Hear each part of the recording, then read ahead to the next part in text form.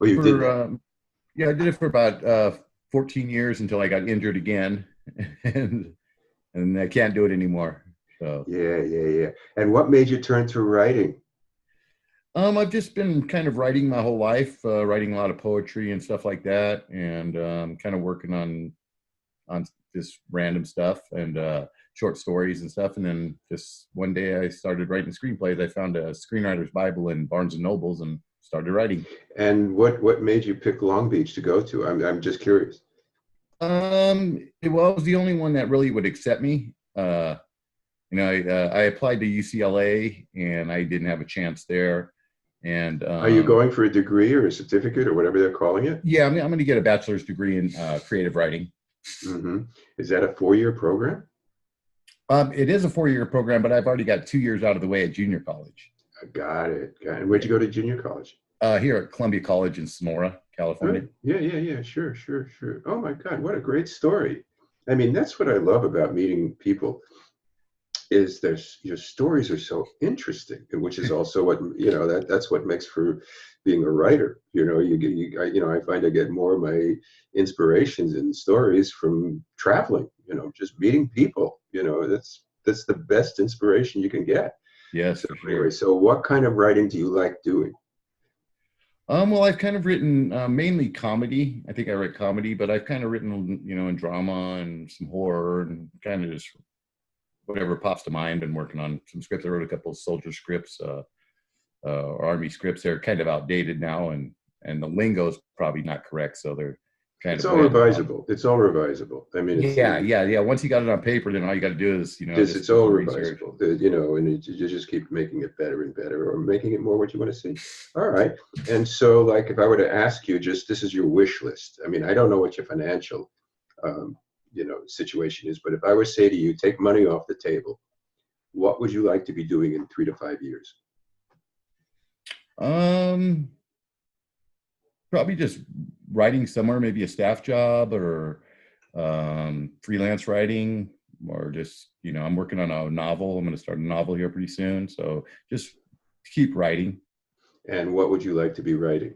Well, I prefer screenplays and sitcoms. I've got a couple sitcoms that I've written. So just somewhere, I'm just kind of new to this. So I'm just trying to find my way. I'm not even, that's why I joined LinkedIn, just to find out what kind of jobs are out there and what I can do. Yeah, well, I have a suggested way for you to make income, but we'll cover that base later. The thing is, I don't know if you know it, and I don't know if but you do have some sitcom scripts that you started, right, and that you worked on. Yeah, I've completed two. Two Okay. two were completed. Yeah. The reason I'm saying that is that I am next week. I, I teach at UCLA online, Yeah, and I looked into that program. I don't know if they accepted the financial aid or not. Yeah, because I'm on like disability right now. I mean, I could got it. really tell you a story of what happened after I fell off the ladder and the help I haven't gotten. I mean, it's like a horror story in Oh, itself. you know what? I deal with veterans. I deal. Yeah, yeah, It's really hard. Um, I'll tell you what. I'll tell you what I will do with you, and if they'll do it. Um, I'd like to see if you can audit the class. okay, So yeah, check with what do they call it? Admissions, I guess, because it starts on Wednesday, and it's okay. But if they will let you audit the class, just tell them that I spoke to you, and if you need a letter or whatever it is, um, because it might be something that you could take one of your, because the reason this sitcom class, this is part two, as they call it. Part one, which was the fall term, is where you decide what sitcom you want to write. We take you through this, and at the end of the term, you wind up with 10 pages, or the first act, or 15 pages uh-huh. if it's a multi-camera thing. And the second term is really you take that script that you've already started and you bring it into the second term and you finish it out, revise it, whatever you want to do. So it's not a question of the second term being where you can start from ground zero. You already have to start with something you've been working on. So since you have those scripts, if there's one that you feel like working on or pursuing or seeing what the workshop is like? Absolutely. Yeah. Like I said, I looked into it and I don't know. Yeah. I And think there was some cost or something, but yeah, oh that's no, it's expensive. You know what? it's expensive, right? Yeah, that's what I remember looking. I see him on the popping up on my Facebook or somewhere. This is, you know, you know, I'm confiding in you. This is the kind of thing where I look and I see that I have no control over it. I mean, it's got nothing that I have anything to do with. But I see that the course is $700 or close to it, and I Yeah. go, "Whoa, that's a lot of money." So, because of technology and because of what is going on and how technology has changed the world, you're digital, right? You know how to do the social media and all that kind of stuff, or no? Yeah, I'm kind of learning. I'm not a pro at it, but yeah, No, you don't have to be a pro at it, but you're going yeah, to I have to can get build by. that out. Yeah, Yeah, yeah. because what I'm doing is I'm building a subscription course or a webinar, whatever you want to call it, called How to Be a Scriptwriter and Put a Roof Over Your Head. And I recommend to people the side hustle that I have to help put the roof over their heads so that they can spend more time on their passion projects. And the subscription course will only be like $50. You know, with subscription courses these days, it's nothing. Now you don't Okay. get the feedback from the rest of the class that you get with the online thing, Uh-huh. but it's not $700. Okay, yeah, that's actually cheaper than I thought. For some reason, I think it was like $2,000 Oh something. no! It's $700 for the 10 weeks. You know, Oh, which I okay. think for a lot of people is expensive. You Yeah, know. it's pretty expensive. Yeah, compared to some of the other prices, though, it's a little cheaper than I thought it was. Oh yeah, no. If you want to, if you want to try and take it for for credit or anything like that, because if you audit it, you wouldn't be able to take it for credit. Yeah, no, that I would prefer to. $700 is for me is a lot, but Yeah, no, I'm yeah, just saying. So yeah, I'm just giving you the options. yeah. No, that Um, would be great. That's what I plan to do when I get to Long Beach is just see if I can sit in on the screenwriting classes. I won't get a credit or get anybody to read my work, but I'll learn what I need to well, learn. you know what? I come from the school, and we could obviously talk further about this, where my philosophy basically is when you're writing original work, I'm not saying you're doing something for hire. You're writing original work, something you're passionate about. Write what you want to see. Yeah, don't write what anybody else is doing. You know what you like, you know what you don't like, and these are all subjective. So, like, if you find, I have people come up to me and they'll say something like, "Hey, Bill, let me tell you something. You tell me whether you think it's funny or not." They'll tell me something, and I'll look at them and I'll say, "Do you think it's funny?" And they'll say, "Yeah, I think it's hysterical." I said, "Then it's funny." It does not matter what I think. Right. So, and a lot of people have a hard time with realizing that it's really their taste, their responses, that what they're drawn to, what they're trying, that makes them unique. I'm never going to do anything like you do it, and you're never going to do anything like I do it, and that's good. Don't run away from that. Don't look around at what everybody else is doing and say, well, this is what they're doing, and by page 12, they've got this, and whatever it is. If that doesn't appeal to you, don't do it. Hmm. Because I often find that the things that I find iconic are the ones that broke the rules, didn't know the rules, or didn't care about the rules. And those are the projects that everybody looks at and goes, "Oh my God, that is so good." And you know what they're looking for these days, and even to wind up in a writer's room these days, um, they don't need you, for law and order. They need you for transparent, what they didn't even have on their radar, or something like that. And that's what'll get you into a writer's room, Hmm. as a new, because you're coming in with a perspective that is unique to you. I don't want six people in a writer's room that think like me. Yeah. You know, I want six people in the writers' room who come from diverse backgrounds, diverse experiences, diverse things, and that's the goal. Right. So if you can wind up, I don't know what kind of specs you have, but if you can wind up with a couple of specs, original specs, that are truly your voice, whatever that might be, and truly focusing on what you want to do. If you want to wind up in comedy, writing a horror script is not going to get you there. Right. All right. I'm just saying, because I mean, people make that mistake. They think they're going to show versatility. You know, they'll have a comedy, they'll have a horror, they'll have an action, they'll have, you know, whatever it might be. Um, and that just confuses the marketplace.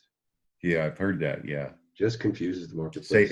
So, somebody said say that you're the comedy guy or say that you're the horror guy. That's what you do. You specialize well, in. that's it, Yeah. and it's not even like, it's not even go like, because some people say, okay, what's in this week? Okay, they do it. I don't even go that way. I say, what is your favorite? What is your sweet spot? Mm-hmm. There's no right answer to that. You know, it's what for you. You could say my sweet spot is soap operas, and I go, fine, go down that road. Right. You know, my sweet spot, or what I really want to do, and I'd love to spend my life doing it, blah blah blah, is sitcom. I say, then that's what you want to focus on. You can always switch once you get established. Right. You can always say, look, you know what? I can also write a play. Like, great, you know. But meanwhile, you've been established and you're in the loop. You're on the train. You know, so that's just some of the things that I would suggest for you. And like I said, I could send you a video about how you can make some extra money on the internet because it's changed, you know, and it's all doable, and it's a residual stream of income, which is always great for creative people. Residual income is probably the best income you could possibly get. So. Are you working at all, or are you just on disability? Yeah, no, I'm just on disability, trying to get some medical help. Yeah. Are you? What are your limitations? Well, I was diagnosed with an autoimmune disease, but I have no rheumatologist to tell me which one I have. Right. So where I live, there's no doctors. I have a neck injury. I'm supposed to get an epidural. No doctor to give me the epidural. It takes I live up in the foothills. It's beyond worse. So hopefully at Long Beach, I could find a rheumatologist, get a little help, and get You got to right do it. back. You got to do it. Yeah, I mean, I just went through epidurals for my back. Yeah. And you got to do it. Yeah, yeah. I can't get one. I mean, I've been 4 years. I've been waiting. It's just horrible. What? Because there's nobody there. Where I live. It's Adventist Health, and they have no doctors that take Medi-Cal. And if I go out of the area, then I have to change my provider and see a primary care doctor down there. And that's a 2.5 hour drive every time to see the primary care doctor, just to see one of their doctors. When you get to Long Beach, do it. Do it. Yeah, I've got an appointment already out on Wednesday. Was the 15th, I think. Do it. Yeah. You've got to do it. Yeah. Because it's debilitating. Yeah, it's horrible. Yes. It's debilitating. And so, are you mobile? Yeah, I can get around, and I move around pretty good, and can do you drive? Do a little work. What's that? Do you drive? Oh yeah, I drive. Yeah. Okay. All right. Yeah, yeah. No, I'm trying to figure out what the limitations are. Yeah, no, I'm not in a wheelchair. I'm just all right. Just, you know, my some days my potassium's really low, and some days it's really high, and I've got nobody monitoring it. You know what I mean? It's just, as soon as I get there, I mean, within a month, if I get treatment, some kind of help, I'll be back on my feet, no problem. Yeah, and what I'm going to share with you is health and fitness, and we have a fantastic. All right, so that's a whole other thing, and it can change your system, because that's what it's about. It's changing your system. It's, you know, but that's a whole other thing. And so, like, all right, I'll send you a video on that. But in terms of your writing, now, what's your family situation? Are you on your own? Right now I'm staying with my family. Yeah, helping my parents are pretty old, so I've been kind of helping them out. And then is it going to be okay for you to go to Long Beach? Oh yeah. It'll be all right. Yeah. Okay. Yeah. I'm urging them to try to get into, you know, move into, like, you know, not necessarily assisted living, but somewhere, and they don't want to give up their house yet, so they'll do it soon enough. Well, the thing is, you know, and again, because we go through this, you know, this is a passage of life. You want to do it when you're still strong enough to do it. Yeah. You know what I'm saying? You don't want to, it's like anything else. You know, it's like, you know, even when you're confronted with surgery or something like that, if you know you're going to have the surgery, do it while you're young, you know, or do it while you're younger, because if it's mechanical, it's not going to get better. And you don't want to wait until you're 80 to have the surgery. You know, I definitely do. You know what I'm saying? So it's the same thing, because I went through that with my parents, where and my wife's parents, my in-laws, where you really want to move them into an assisted care facility, which is really very good. Yeah. But while they're still energetic and vital, Right. rather than when they're, they're on the downward spiral, and then you say, well, we're going to move you into this thing, and they can't really take advantage of what the facility has to offer. Right. Yeah. So anyway, that's a whole other passage. But that's what I'm trying to do. Like my dad, before he breaks a hip, because he got a big house and it's like a lot of upkeep. It's like, you can't do this anymore. You're going to break a hip. I don't want you to break a hip. Get, into a nice facility, a small yards, where you can get around and do fun things. Well, are you planning on coming back to Northern California when you're done with Long Beach? No, I personally, want to stay. I haven't been up there for a very long time, so I'm not really sure what it's like. Hopefully I love it, and I plan to just stay in the area. Yeah, we love Southern California. I'm originally from New York, but we love Southern California, and if not Los Angeles, just Southern California. Yeah. So the thing is, I mean, though, you know what? You got a good head on your shoulders. You're dealing with stuff, and it's really great that you want to follow your passion. I've always said, I mean, one of the things that motivates me is I would rather try something, because people always say, oh God, you moved from New York to LA, you quit advertising, you went into, it's so risky or whatever it is. And I'd say, look, I'd rather find out I was no good at it, I didn't like it, it wasn't for me, they didn't like me, then in 10 years time say, I wish I had.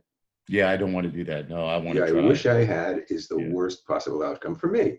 Yeah. So I'm saying, for you, you're following your passion, which I totally empower you to do. And the main driving thing is, look, you might find out in 5 years' time, you know what? It's not what I thought it was. And a lot of people find that out, that when they get into the business is different than the writing, which is why, if you cannot have to depend on it to pay your rent, it's much better. So, go for it. I'm on your side. Good, yeah. So I will send you some things. Now, what other kinds of writing do you have? You have plays, screenplays, novels? Are they all comedies, or are they all? Let's see. I have I have 13 features that I've written. I think 4 of them are comedies. I think I have like a drama. A lot of them have comedy in them, so I think I would. Yeah, the dramedies. Yeah, dramedies. Yeah, kind of. Both my sitcoms are comedies, so yeah, I'm pretty much a comedy guy. The one thing I was really wanting to do when I get to Long Beach or some school or the UCLA extension program or whatever I can get into, is learning how to write situational comedy better. Or even I can do physical comedy. I write that really well, but the nothing setup, wrong with that. Nothing yeah, wrong no, with I guess nothing that's wrong my with thing, physical man. Physical comedy, yeah. So let me just ask you a question. What sitcoms do you like? I usually, to be honest, I usually watch the same old The Simpsons. I've written 5 Simpsons specs. I've been watching The Big Bang Theory a little bit, but I kind of stick to like Andy Griffith and old shows like that. That's why I mentioned Barney Miller, because I was like, well, I haven't heard that for a while. Oh, but, yeah, no, I mean, but that was just, I mean, that was good fortune for me, because that was one of the classic shows that, I had no idea where I was even going. Yeah. And so it was like the best lesson in comedy anybody could have gotten, because it was all about character comedy.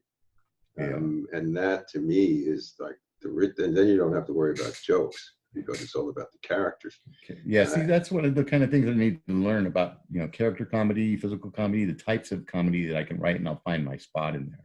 Like you could mix them, I mean, for me, the hardest kind of comedy, or let's not say even the hardest, the least satisfying comedy for me is jokes, the smart ass, one-liner back and forth from each other, and it's got no relevance to what's going on, other than it's an attempt at a joke, and I go like, I just don't find that satisfying, let alone it's harder to do for me.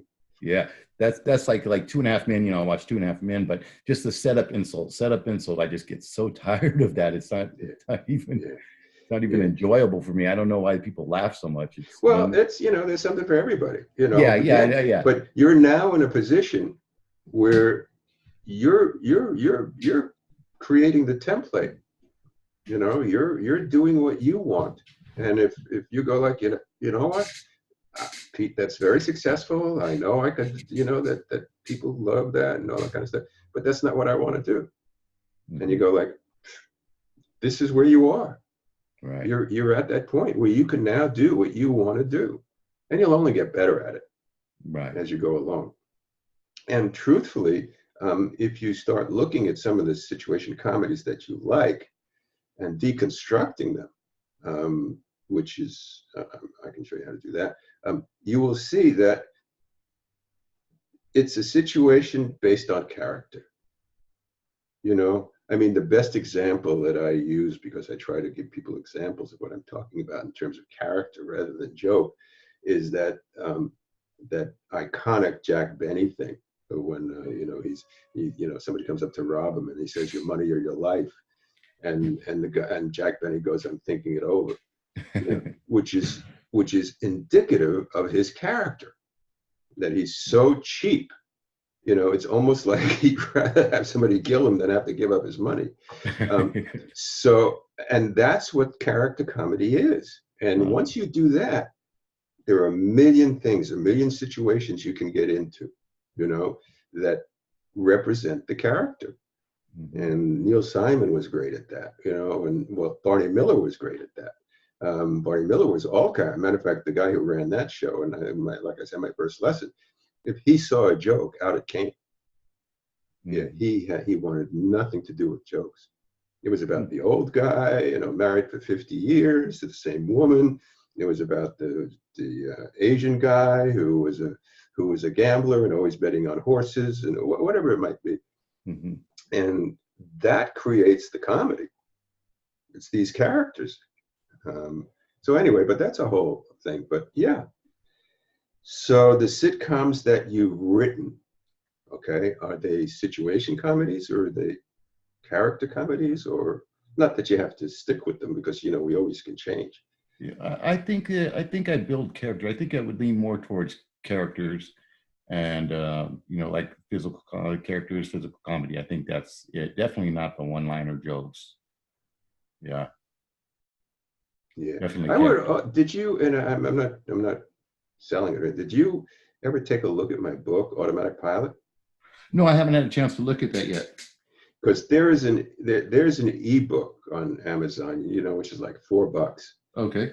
and it's just a step-by-step process. There's nothing. I don't get into any of the mumbo jumbo of the psychological dynamics and all that kind of stuff. It's just, this is step one, this is step two. Before you start writing your script, and the reason I call it Automatic Pilot is because a pilot has to go down a checklist before they take off to make sure they don't crash and burn. Now, so I say, well, it's sort of like the same thing for pilot writers, except nobody's going to get killed, is that go down this checklist before you start writing your script, so that you don't get on page 20 and go like, I have no idea where I'm going. I have no Right. idea what I'm doing. I have no idea who these people are. Doesn't mean you can't change it. You can always change it. But at least you have a starting off point, and of where it is and what you're doing. So, yeah. Yeah, I'll definitely check it out. I see it on when I looked at your IDM or something. I seen the books, and it took me to Amazon where the books were. So yeah, or my website has the link to Amazon or whatever. okay, I'm just saying that I think that would help you certainly with your original work, because yes, the process applies to just about everything. okay, yes, I'll definitely It's get sort of it. like, as I tell people, because it came from all the stuff that I've learned over the years, is that if you're going to write a series about Parliament, or you're going to write a series about Congress, or you're going to write a series about the Knesset, you have to go through the same steps. It doesn't matter. The steps are the same. All right. So that's why I say it will apply to your hours, you'll be doing hours, or will apply to. And the other thing I wanted to talk to you about or mention to you, and I don't know if you're doing it or thinking about it, for your screenplays, is I'm very high on this new platform, which is called scripted audio.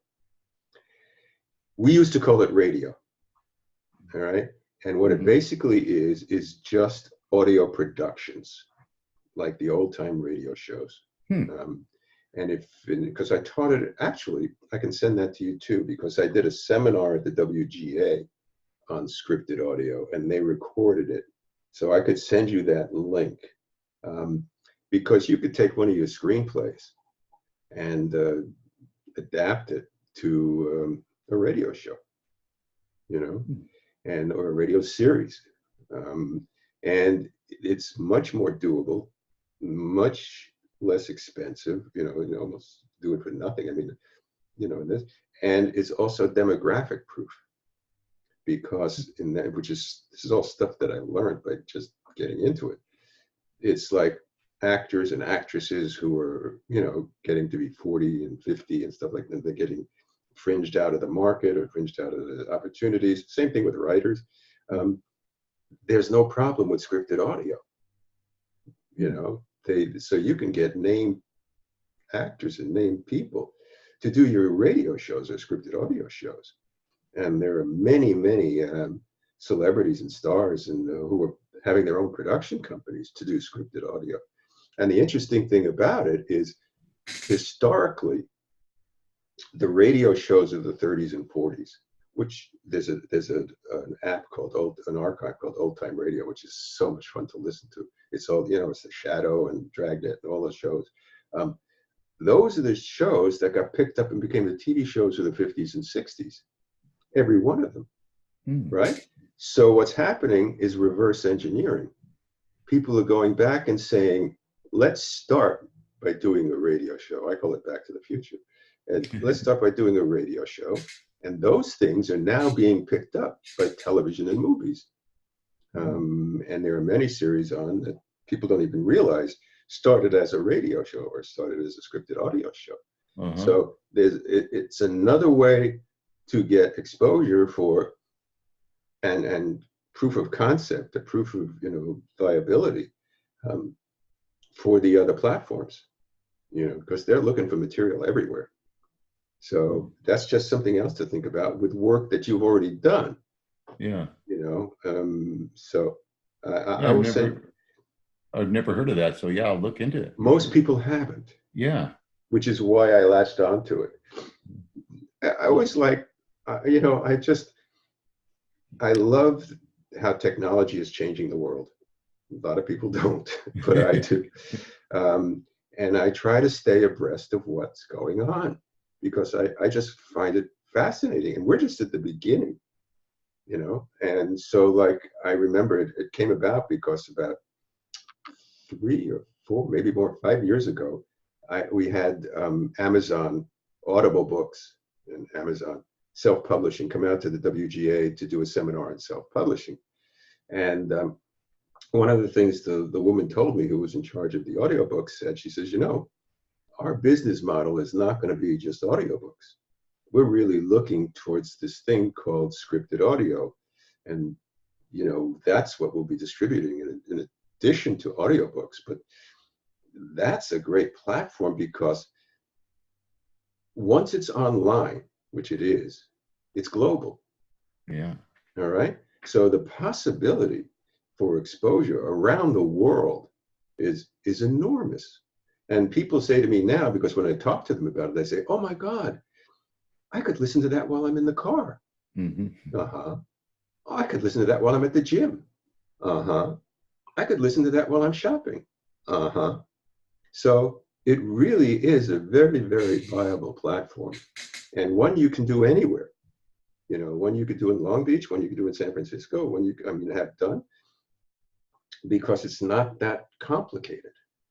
But anyway, I will send you that link to the scripted audio just to have you be familiar with it, because I think it's just another way of going. You know, I mean, the truth of the matter is, and I'm not trying to discourage you, getting a movie made is next to impossible. Yeah, I know nowadays. Next to impossible. As a matter of fact, I've never been a screenplay person. Movies have never been my passion. Television, I was always a television baby.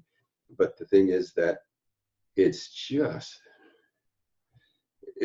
incredibly difficult to get a movie made. The opportunities are in television, in terms of that. But again, there will be more opportunity for the 2 hour because of Netflix and Amazon and all those other things. But in terms of seeing your baby, your movie in a big screen, you know, downtown somewhere, that's a bygone era. Yeah, It's just. I figured that. Yeah, but you can adapt these things. You know, you could take a look at your screenplays or whatever you have and say, can I make this a series? You know, or can I make this a 2 hour or a two-parter or whatever it might be, and think of it in terms of cable. Okay. You know, Yeah. so those are all the opportunities are there. You know, like I say, the main thing is, and the main thing I run into with creative people is like, boy, there's so much opportunity there, and particularly for writers. You know, how do I support myself? You know, because you're not going to do it with the writing. You know, eventually you might be able to, but there is no solid ground in those careers. As I tell my wife, it's always like you're standing on jello. You know, it's just, and I don't care who you are. I mean, you could have a great year, and you don't know how long that's going to have to last. Right.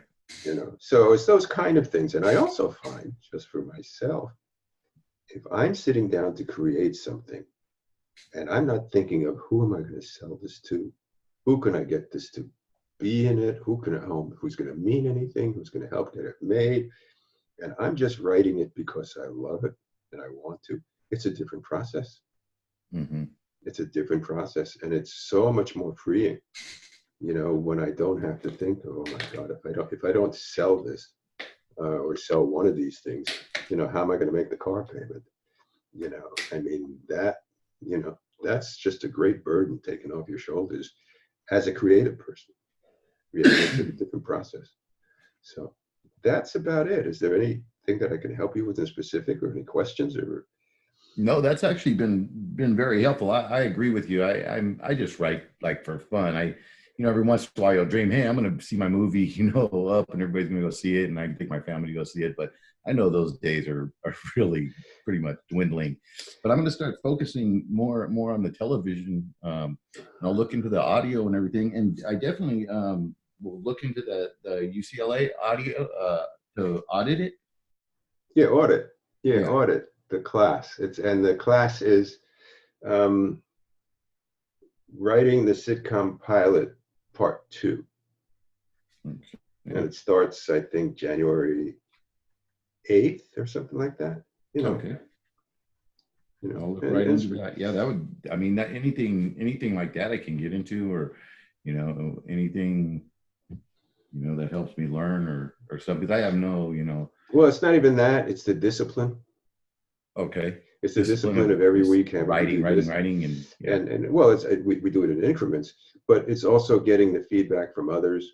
Okay. You know, which you don't have to listen to. But it's, you know, to me, it's like group therapy. You know, somebody else might be having a problem with something that when you hear about it, you go like, I'm having the same problem too. And, you know, and you find the same thing.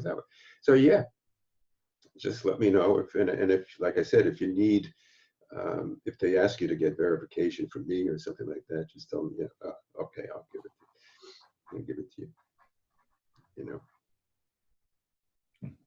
All right. Yeah. I'll definitely. And then I'll send you the video. I'll send you the video about scripted audio. Okay. And I'll send you the video about the side business, the side hustle, which you can do online. Okay. And create a second stream of income. I'll set. I mean, I have a video on a web series. I don't know if you want to do that. Yeah, send me as much as I can learn. You know, I just don't want to I just don't like overwhelming people. You know what I mean? Because it's sort of like, because then you split your focus and it's almost like having too many choices.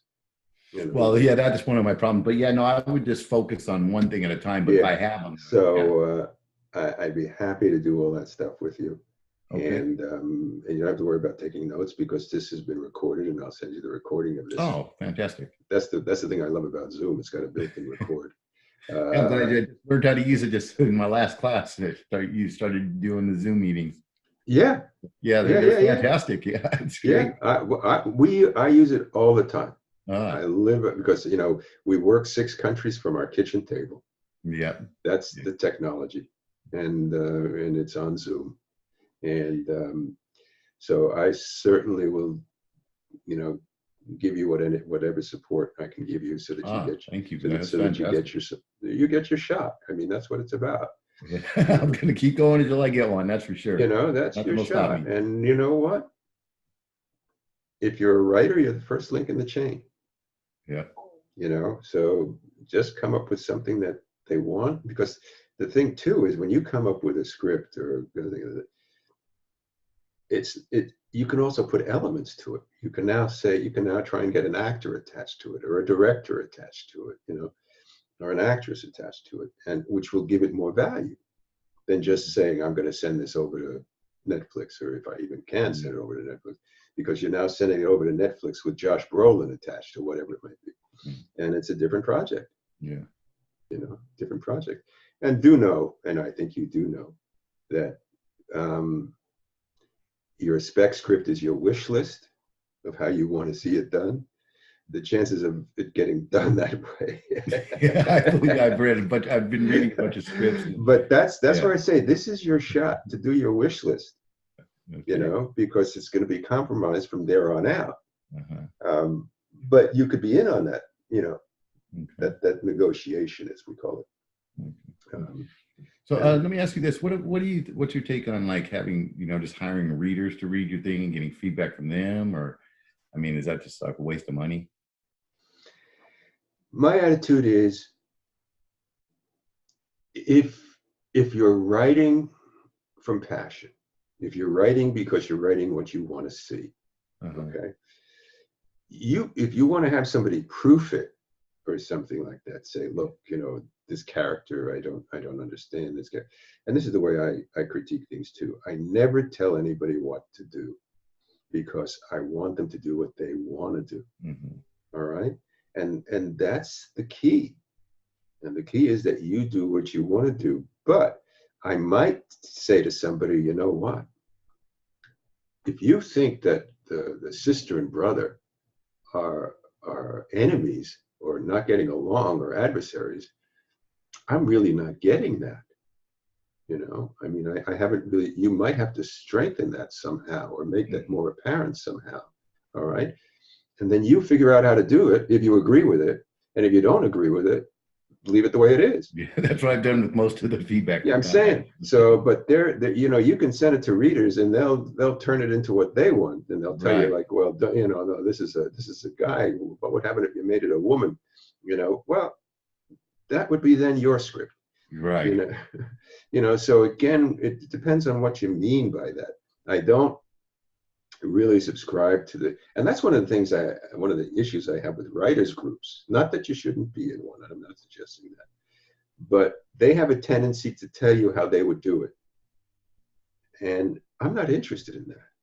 Mm-hmm. I want you to help me get where I want to go. You're right. All right. And if I say to you, I want these guys, to travel the world, don't you tell me, well, it'd be better if they just stayed in New York. So, because that's to help me figure out how they can travel the world, that I'm not getting or that I'm not doing. Or these are some of my possible suggestions. And I always, and you'll see from my book, the one thing I absolutely insist on is that every element you give yourself choices, you give yourself options. Don't settle for that one idea that pops in your head, or that one character that pops in your head. You could always come back to that. Mm-hmm. And that's one thing I learned from Barney Miller. The head of that show always used to say he always wanted choices of 3. So you could walk into him with with an episode, a storyline for an episode, and he'd say, "Tavi, that's really good. I really like that. Put it on the side. Give me another one." And I'd say, "What? But you just said it was great." He says, "We could always come back to it." You always come back. Yeah, that's what I say. Yeah, if scene doesn't Always work or come something back to it. doesn't So work, put it on the side. Give me another it's one. always And then there. give me a second one. Is that great? That's good too. Put it Hmm. on the side. Give me a third one. Hmm. And once you have those three, you say, okay, now which is your favorite? And his theory was, which is why I picked it up and I carry it forward, is that what you think of first, or what the first thing is that you latch onto, is the one that's closest to the surface. If you want to get deeper and get a note, you have to dig deeper. And Yeah. if you want to get deeper than that, you have to dig deeper. We do that with every element. You know, you could say like my lead characters are uh, mixed race couple. All right, so that's fantastic, mixed race couple. Who else could it be? All right. Well, it could be brothers. Great.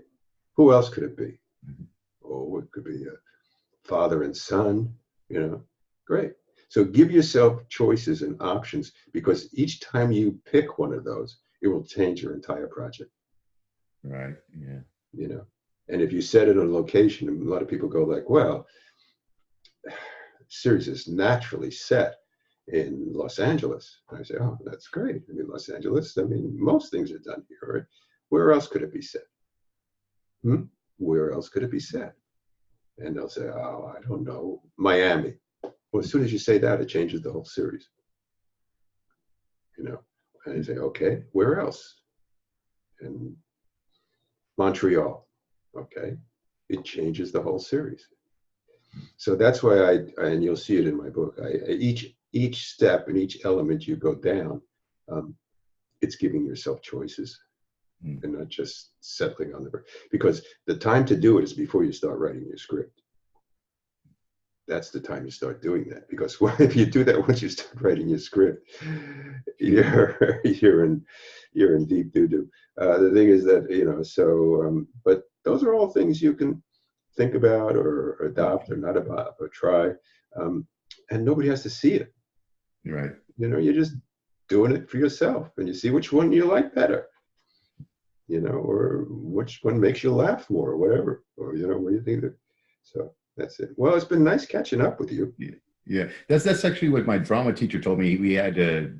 I did Midsummer's Night Comedy, and we had to redo it in three different places. You know, in like the 1970s or middle ages or something like that. So yeah, that's exactly what he told me. So Well, I did that once with a class, with an episodic writing class, and they never forgot it. And this is like 20 years ago. yeah.